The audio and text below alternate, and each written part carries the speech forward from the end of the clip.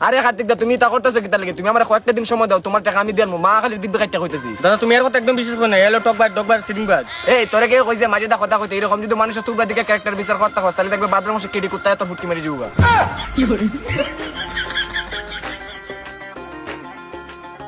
আরে কার্তিক দা আমি জানি আমি তোমার অনেক বছর ধরে অনেক কথা কয়ে ঘুরাইতেছি, তোমার টাকার অনেক দরকার, মাঝে মধ্যে 14 নম্বরে যেমন লাগে।